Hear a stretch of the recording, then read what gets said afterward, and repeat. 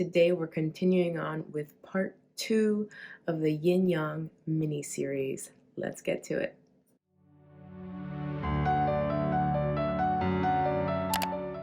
Welcome back, Holistic Me community. So happy to have you here. This is part 2 of the Yin Yang mini-series here, and I'm your host, Jessica Bravo. If you're new, thank you for being here with us. I truly appreciate you.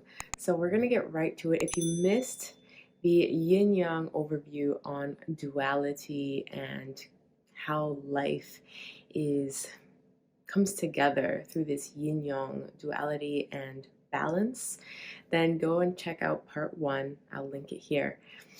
So today we're talking about Yin, and last week we talked about Yin being the cooler aspect or colder aspect, dark aspect of the Yin Yang duality balance. It's also considered the feminine side of the Yin Yang balance within the feminine and masculine connections. Now we also want to talk about the Yin organs. Within our body system, we have the organs categorized within a yin or yang category, and the yin organs are considered to be more solid. As I said, they are also more nourishing.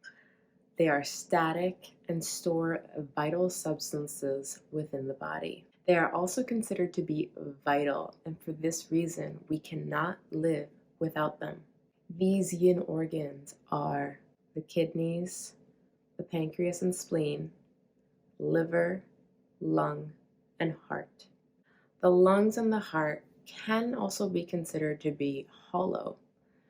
And for this reason, along with the fact that they are within the upper portion of our body, the yang aspect, if we break up our body into compartments, they are considered to be the most yang of the yin organs. And I talked about this in the previous episode or the previous video, part 1 of this mini-series, that yin and yang are within each other. And so as the balance shifts, or the energy of yin and yang shift from one to the other, there is the aspect of utmost yin or utmost yang, and so and the fact that they're within each other as well, so they have the qualities of each other. They cannot exist alone. So these are yin organs with a yang aspect within them.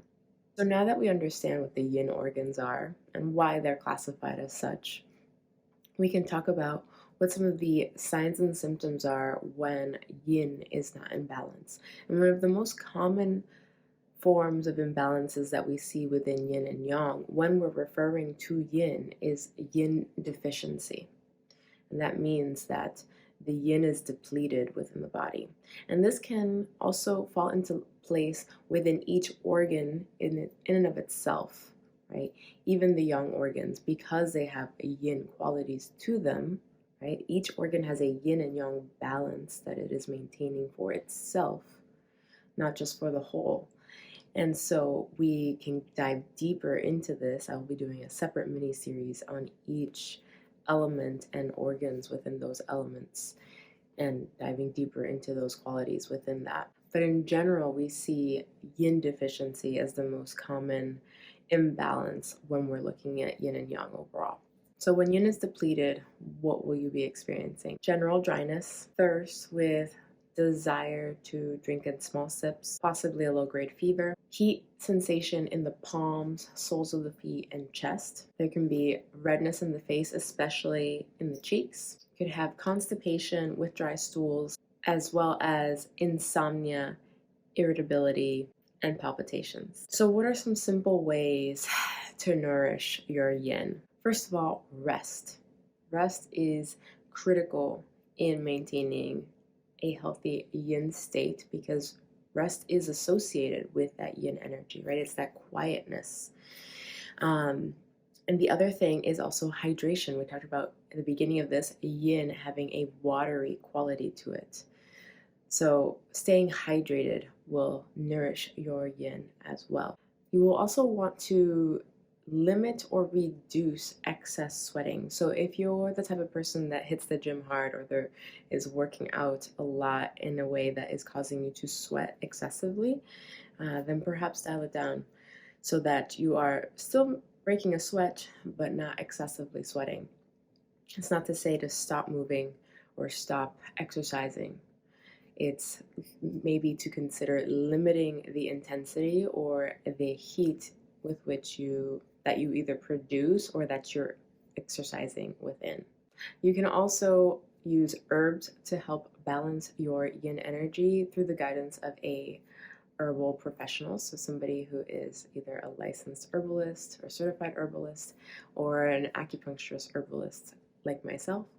You can work with somebody one-on-one to find the best combination of herbs for yourself, for your particular condition and body and your needs. And lastly, you can consume yin nourishing foods.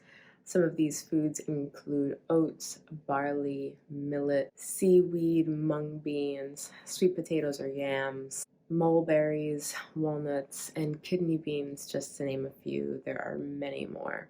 So I hope this was an informative episode for you on yin aspects and some of the signs and symptoms to look out for if you are perhaps yin deficient, and what you can do to help nourish your yin energy within your body and bring it back into balance with your yang. Check out, if you missed it, part 1 of this mini series, Yin Yang Duality and Balance. And make sure to stay tuned for part 3, where we discuss the yang qualities and signs and symptoms for yang excess and deficiency. And if you're looking for a way to keep yourself in balance through the principles of the 8 branches of Chinese medicine, make sure to check out my Wellness Within deck. The Anxiety and Stress Edition, available to order now, includes 30 cards to help you on your wellness journey with things like meditation, movement, nutrition, acupressure points, and body work. I hope you check those out for yourself and maybe for a loved one. And stay tuned for our second deck coming out soon, the Sleep Edition. Pre-order link available in the description below. Thank you so much for being here. Make sure to hit that subscribe button and notification bell so that you can be here with us for all 3 of our episodes coming out each week, Monday, Wednesday, and Friday. Make sure to check out the Holistic Me Facebook group, the Holistic Me community, so that you can join me live every Wednesday for our Wellness Wednesday episodes. Thanks so much for tuning in. I will catch you all again soon. Until next time, my friends, stay well.